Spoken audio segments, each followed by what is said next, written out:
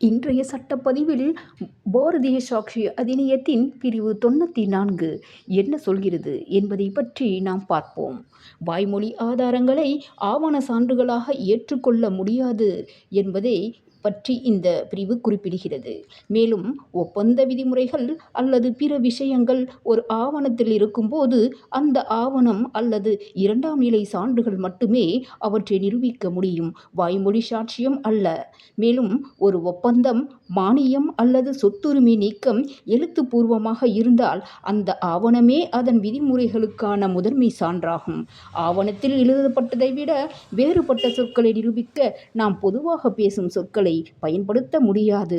விதிமுறைகள் பல ஆவணங்களின் உள்ளடக்கமாக இருந்தால் அவை அனைத்தும் ஒத்த பதிவாக கருதப்படும். இதற்கான விதிவிலக்குகளும் உள்ளன. அவற்றை நாம் வேறு ஒரு நிகழ்வின் பதிவில் காண்போம். அதற்கான லிங்கை நான் கீழே இணைத்துள்ளேன். தேவைப்படுவோர் லிங்கிற்குள் சென்று பார்க்கலாம். நன்றி.